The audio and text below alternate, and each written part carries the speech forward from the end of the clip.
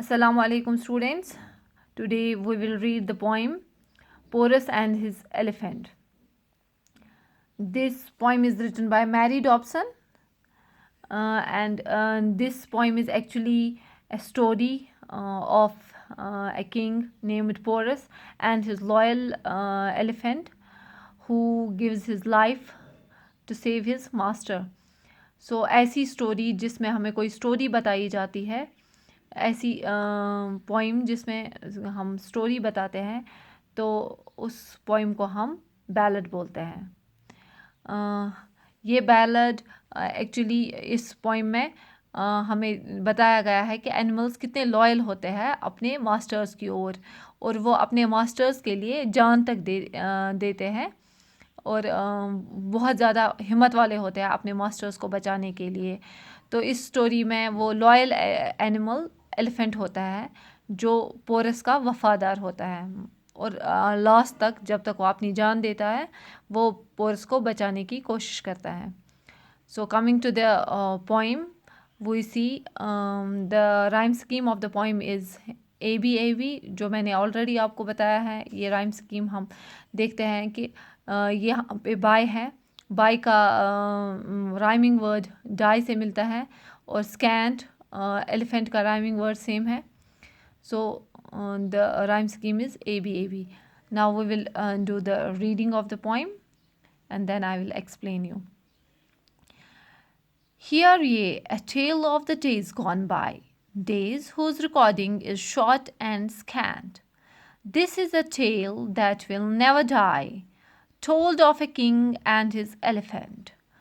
Out on the plain where the waters go, out on the banks of Jahlim wide, Porus the king went to meet his foe, Porus the king in his battle pride. Drawn up his elephants in array, standing in state in unbroken rank, while Alexander the Great for fray led up his troops on the other bank. Fierce raged the fight. It was hard to tell what would betide, and they fought the more, till from his elephant sudden fell Porus the king, who was wounded sore. And did the elephant, faithful beast, for his defence play a gallant part, standing above him, lest ever the least harm should assail him from blow or dart. Trumpeting loudly, he held at bay foemen with arrow or spear or sword, challenged them all to approach their prey, dared them to injure his wounded lord. Then at last, with his mighty trunk, lifted him tenderly on his head, bore him in unconscious faintness sunk, where he could rest without fear or dread. Ah! These dumb things but cry and pant, they too can love, for God made them so. Porus was saved, but his elephant died from his wounds, thus legends go. So coming to the meaning of the poem, hear ye a tale of the days gone by. क्या आपने सुनी है एक दास्तान जो पुराने दिनों की है? ये यहाँ पे यूज़ होता है वर्ड यू के लिए। यहाँ पे जो पॉइंट है वो हमें ये कहता है इस स्टोरी में, ये स्टोरी जो इसने इस सॉन्ग में बताई है, तो यहाँ पे हमें कहता है कि क्या तुम लोगों ने सुनी है एक पुराने ज़माने की एक दास्तान। टेल होता है दास्तान। Days whose recording is short and scant, वो ज़माना जहाँ की रिकॉर्डिंग बहुत कम थी। क्या? क्योंकि पुराने ज़मानों में की बातें बहुत ज़्यादा कम रिकॉर्ड की गई हैं। तो शॉर्ट होता है बहुत कम, स्कैंट होता है मतलब जो नेग्लिजिबल हो, जिसके बारे में बहुत कम ही हमें कोई रिकॉर्डिंग हो, चाहे हमने किसी से बात के ज़रिए में या रिटन अकाउंट जिसका हो, तो उन दिनों की ये दास्तान है। This is the tale that can never die, ये वो दास्तान है जो कभी ख़त्म नहीं हो सकती। चूँकि उन दिनों रिकॉर्डिंग नहीं थी, तो ये कहते हैं कि ये हो सकता था कि ये दास्तान मतलब ख़त्म भी हो गई हो, क्योंकि हमारे पास रिकॉर्डिंग नहीं थी, लेकिन ये ऐसी बात थी कि हम अपनी आने वाली नस्लों को ये बोलते गए। ये ऐसी बात, ज़रूरी बात थी बताने लायक, कि हमने इसका ऑडियो रिकॉर्डिंग रखी। लाइक हमने अपने जैसे किसी ने सुनी थी ये दास्तान, तो उसने अपनी आने वाली जनरेशन्स को ये बताई, जैसे फिर ये अभी तक ज़िंदा है ये दास्तान। Told of a king and his elephant, ये दास्तान कौन सी है? ये एक बादशाह की है और उसके वफादार एलिफेंट की है। तो ये थी opening lines of the poem. इसके बाद अब ये स्टोरी स्टार्ट होती है। Out on the plain where the waters go, out on the banks of Jhelum wide. ये कहाँ पे दास्तान जो थी, ये किस जगह, इसकी सेटिंग क्या थी? तो ये कहता है कि ये वो जगह थी जहाँ पे पानी गुजरता है, जहाँ से पानी गुजरता है। Out on the banks of Jhelum wide, ये जहलिम के दो किनारों की पे जो इस स्टोरी का सेटिंग था, वो जहलिम के दो किनारे थे जहाँ पे इस स्टोरी की शुरुआत होती है। Porus the king went to meet his foe होता है दुश्मन। पोरस एक बादशाह था जो अपने दुश्मन से वहाँ लड़ने गया। ये बादशाह हमेशा अपने महलों में होते हैं, लेकिन हमने देखा कि स्टोरी स्टार्ट होती है एक मैदान से। मैदान कौन से थे? जो जहलिम के दो किनारों पे वहाँ का मैदान थे, वहाँ से। तो वहाँ से ये स्टोरी कैसे जन्म लेती है, हम यहाँ पे देखते हैं कि वहाँ ये बादशाह अपने एलिफेंट को लेके, अपने हाथी को लेके वहाँ जाता है। तो वहाँ ये अपने दुश्मन से मिलने गया था। इवन मिलने नहीं, हम कह सकते हैं लड़ने गया था। और वो दुश्मन कौन था? वो था Alexander the great. Porus the king in his battle pride, ये अपनी जंगी शान दिखाने के लिए अपने दुश्मन से लड़ने गया था। पुराने ज़माने में बादशाह एक दूसरे से लड़ा करते थे ताकि वो उनकी ज़मीनें हासिल कर ले। तो वैसे ही पोरस भी अपनी जंग की शान में अपने दुश्मन से अब उस जगह लड़ने गया था। ड्रॉन अप हिज एलिफेंट्स इन एरे, लेकिन इसने अपने सारे एलिफेंट्स, जब जंग होती थी तो हम सबसे आगे वाला दस्ता जो होता है वो एलिफेंट्स का होता है, क्योंकि ये बहुत ह्यूज होते हैं और ये पीछे जो इनके सिपाही होते हैं उनको बचाते हैं। तो इसने भी अपने एक लाइन, एक कतार में अपने सारे एलिफेंट्स पोरस ने सामने किए थे।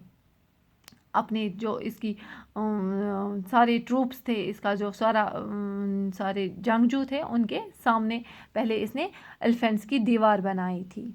Standing in state in unbroken rank, ये ऐसे इसने बनाए थे, इनका दस्ता इसने स्टार्ट किया था कि ये जैसे एक मानो एक दीवार सी हो। जब हमें कोई मैच देखना होता है या हमें स्कूल में असेंबली होते हैं, तो हम कैसे अपने रैंक के हिसाब से बैठते हैं, पहले छोटे बच्चे, उसके बाद बड़े, उसके बाद सबसे बड़े। लेकिन जंग में भी ऐसे ही अपनी एक रैंक होती है।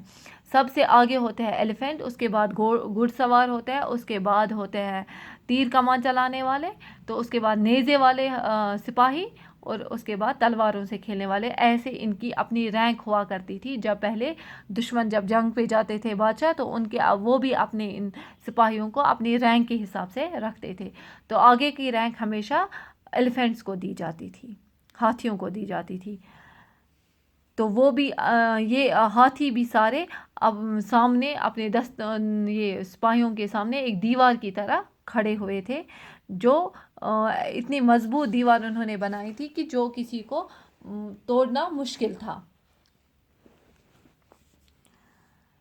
While Alexander the great for फ्रे, और दूसरे साइड से अलेक्जेंडर, आपने सुना होगा उसका नाम अलेक्जेंडर द ग्रेट ही उसको बोलते थे। वो जो भी जंग लड़ता था जीत जाता था, इसलिए उसका हमेशा अलेक्जेंडर द ग्रेट बोलते थे। वो अटैक के लिए तैयार था। फ्रे होता है attack. Led up his troops on the other bank, और दूसरे एक बैंक पे, एक किनारे जहलिम के एक साइड से पोरस अपने दस्तों को लेके खड़ा था, और दूसरे साइड से अलेक्जेंडर अपने सिपाहियों को लेके आ गया था अटैक करने के लिए। ऐसी जगह जहाँ पे एक बादशाह दूसरे बादशाह से लड़े, उनको बैटल फील्ड कहते थे। सो ये बैटल फील्ड एक जंग का मैदान बन गया था। Fierce raged the fight. Fierce होता है बहुत खौफनाक जंग छेड़ी इन दोनों के बीच। It was hard to tell what would betide. और इतनी तेज़ जंग थी कि मुश्किल था, ये बोलना मुश्किल था कि आगे क्या होने वाला है। यहाँ से पोरस भी बहुत अच्छे से लड़ रहा था, और वहाँ से अलेक्जेंडर भी, जो जंग के लिए माना जाता था, वो भी वहाँ से उसके आर्मी भी अच्छा अटैक कर रहे थे। And they fought the more. और वक्त के साथ साथ ये बहुत ज़्यादा आपस में लड़ रहे थे, जिसकी वजह से देखने वाले को बहुत मुश्किल था बोलना कि कौन सा दस्ता जीत रहा है, अलेक्जेंडर जीत रहा है या पोरस जीत रहा है। Till from his elephant sudden fell Porus the king who was wounded sore। तब तक ये कहना मुश्किल था कौन जीता, कि अचानक से अपने एलिफेंट से पोरस नीचे गिर जाता है। जिस wounded sore मीन्स बहुत ज़्यादा जख्म लगा था इसको। इस जख्म की ताब न लाते हुए ये अपने एलिफेंट से नीचे गिर जाता है। Then did the elephant faithful beast. लेकिन जो ही ये नीचे गिरता है तो इसका ये एलिफेंट जिस पे ये सवार था वो इसका इतना वफादार था, तो उसने क्या किया हम देखते हैं। For his defence play a Gallant part. तो उसने अपने बादशाह को बचाने के लिए अब अपना काम स्टार्ट किया। गैलेंट मीन्स ब्रेव, बहादुरी का अपना एक पार्ट इसने दिया। Standing above him lest ever the least. ये अपने इस बादशाह पे खड़ा रहा, इसको अपनी टांगों के बीच में, इसके बादशाह ये पोरस गिर गया था, ये इसके ऊपर से खड़ा हुआ। हार्म शल असेल हिम फ्रॉम ब्लो और डॉट। क्यों? लेस्ट एवर द लीस्ट। कम से कम ये क्या करना चाहता था कि ये अपने बादशाह को बचाना चाहता था, ताकि ये चूंकि अपने ये एलिफेंट से गिर गया था, तो अब इसको नेज़ों से या ये तलवारों से अटैक करने वाले थे अलेक्जेंडर के सिपाही। तो उस पोरस को अपने इन अटैक से, तलवारों के अटैक से या नेज़ों के अटैक से बचाने के लिए ये इस पे खड़ा हो गया और इसको अपनी टांगों के बीच में रखा, ताकि इस तक कोई अटैक ना आ जाए, इस तक कोई वार ना आ जाए। Trumpeting loudly he held at bay. तो ये क्या करता था, ये ट्रम्पेट होता है हाथी की जो आवाज़, जो वो अपना ट्रंक उठा के जो आवाज़ निकालता है ना, बड़ी खौफनाक आवाज़ होती है। तो ये वैसे ही अपनी बड़ी बड़ी सी आवाज़, ऊंची आवाज़ें निकालता था, ताकि जो फोरमैन है अलेक्जेंडर के दूसरे साइड के लोग जो आ रहे थे, अलेक्जेंडर के सिपाही अपने तीरों से या नेज़ों से या स्वर्ड से पोरस पे अटैक करने के लिए, तलवारों से अटैक करने के लिए वो आ रहे थे, तो उनको साइड अपनी आवाज़ से दूर हटा रहा था। ये challenged them to approach their prey. ऐसा ये आवाज़ बना रहा था जैसे ये उनको चैलेंज कर रहा था कि चलो आ जाओ। ये उस टाइम पोरस उनका शिकार था ना, तो ये उस टाइम यहाँ पे जो प्रे लिखा है ये पोरस के लिए लिखा है कि ये अलेक्जेंडर के सिपाहियों के लिए उस टाइम शिकार था पोरस।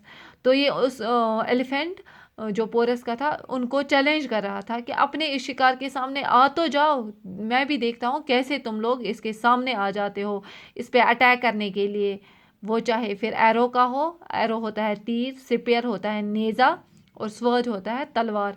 चाहे किसी भी चीज़ से जो तुम इस पे पोरस पे अटैक करने वाले हो, इसको मारने वाले हो उन अटैक से, उन तीरों से, तो मैं आपको चैलेंज करता हूँ कि आ जाओ, कैसे आप इसके सामने आओगे। Dare them to injure his wounded lord. और उनको वो ललकार रहा था कि आप डेयर करो, कैसे मेरा बादशाह है, लॉर्ड है, बादशाह इस टाइम मालिक लॉर्ड होता है, जो इस टाइम ज़ख्मी है, वोंडेड है, तो मैं भी देखता हूँ तुम कैसे इसको और ज़्यादा इंजर कर सकते हो, ज़ख्मी कर सकते हो। Then at last with his mighty trunk. और फिर लास्ट पे इसने क्या किया, अपने इस ट्रंक से, ट्रंक होती है सोंड इसकी एलिफेंट की, उसने उससे lifted him tenderly on his head. Porus को सोंड से ऊपर उठाया और अपने कमर पे रखा, अपने हेड पे डाल दिया। बोर हिम इन अनकॉन्शियस फेटनेस संक। और इसको ये पोरस चूँकि इतना ज़ख्मी हो गया था तो ये उस टाइम थोड़ा अनकॉन्शियस था, फेंट जैसा, इसका मतलब अच्छे से इसको ध्यान नहीं था कि इसके साथ क्या हो रहा है, और ये और भी ज़्यादा खून बहने की वजह से और ज़्यादा अनकॉन्शियस होता जा रहा था। Wire he could rest without fear और ड्रेड, क्योंकि ज़मीन पे था तो इसको कोई भी अलेक्जेंडर का सिपाही इस पे वार कर सकता था, इसको मार सकता था, लेकिन अब एलिफेंट के हेड पे ये था तो वहाँ तक किसी का अटैक, किसी का वार पहुँचना मुश्किल था। तो वहाँ ये विदाउट फियर, किसी डर या खौफ के, ड्रेड होता है खौफ, तो किसी डर या खौफ के बगैर ये वहाँ पे आराम से रह सकता था, क्योंकि ऑलरेडी अपने आप को नहीं बचा सकता, ये अनकॉन्शियस था, तो उस वजह से मतलब फेंट था, इसको अच्छे से ध्यान नहीं था कि इसके साथ क्या हो रहा है, तो वो डर के बगैर ये एलिफेंट के हेड पे आराम से वहाँ पे ठीक था, जहाँ तक इसको कोई वार नहीं पहुँच सकता था अपने दुश्मनों का। दीज डम things but that but cry and pant. ये यहाँ पे क्या कहता है, यहाँ पे इसने, जैसे हम कभी अपना दुख जाहिर करना होगा तो हम किसी वर्ड से वो जाहिर करते हैं ना, तो यहाँ पे इसने वर्ड यूज़ किया है, ये इंटरजेक्शन है। दीज डम थिंग्स, डम होता है जो नहीं बोल पाते, जानवर अपनी ज़ुबान नहीं खोल सकते हैं, अपने मतलब खोल सकते हैं लेकिन हमारी तरह बातों से अपना दुख दर्द बयान नहीं कर सकते हैं, तो इस हिसाब से ये डम ही होते हैं। That but cry and pain, लेकिन ये कैसे अपना दुख जाहिर करते हैं, इनकी आंखों से आंसू होते हैं, या ये बहुत ज़्यादा गमगीन हो जाते हैं, वैसे ये अपना दुख बयान करते हैं। They too can love for God made them so, क्योंकि ये भी प्यार कर सकते हैं, खुदा ने इनको कैसा बनाया है, खुदा ने इनको भी दिल दिया है जिससे ये अपने जो मास्टर्स होते हैं उनके साथ बहुत प्यार करते हैं, लेकिन ये वर्ड से वो प्यार जाहिर नहीं करते हैं, ये रोते हुए या अपनी जान दे के वैसे दिखाते हैं कि ये हमारे कितने वफादार हैं। Porus was saved but his elephant died from his wounds, thus the legends गो। ये कहते हैं कि पोरस बच गया इस अटैक से, इस एलिफेंट ने अपने मास्टर को बचा लिया और पोरस फिर ठीक हो गया, लेकिन जो ज़ख्म इस एलिफेंट को लगे थे अपने मास्टर को बचाते हुए, जब इसने उसको अपने हेड पे उठाया या अपनी टांगों में रखा, उस टाइम जितने भी दुश्मनों के हमले थे, वो स्वॉर्ड से हो, वो नेज़ों से हो, वो इसने अपने बॉडी पे लिए थे, तो उन ज़रबों से ये नहीं बच पाया, ये वो बर्दाश्त नहीं करा, ये वोंड्स इसके ठीक नहीं हुए और वो मर जाता है, लेकिन पोरस बच जाता है। तो ये कहा जाता है कि जब हम किसी अपने दुश्मन के साथ पहले ज़माने में जब किंग्स लड़ते थे तो जो बादशाह मरता था वो हार जाता था, लेकिन जो बचता था उन जंगों में उसको लेजेंड बोलते थे, उसको गाजी बोलते थे। तो ऐसे ही पोरस भी एक लेजेंड बन गया, लेकिन किसकी वजह से, अपने इस एलिफेंट की वजह से। यहाँ पे ये लास्ट पे मैरी डॉब्सन लिखती हैं 10 लेजेंड्स गो, तो ऐसे ही लेजेंड्स बनते हैं, जब उनके वफादार उनके लिए जान देते हैं तब जाके ये बादशाह बचते हैं, और वैसे ही ये फिर लेजेंड्स बन जाते हैं। ये कहते हैं कि लेजेंड्स यूं ही नहीं बनते, ये अपने वफादार वो जानवर हो या इंसान हो, इनके लिए जब जान देते हैं, इनको बचाते हैं, तो तब ही ये लेजेंड्स बन जाते हैं। I hope you have understood this poem very well. Okay, have a good time ahead. Bye.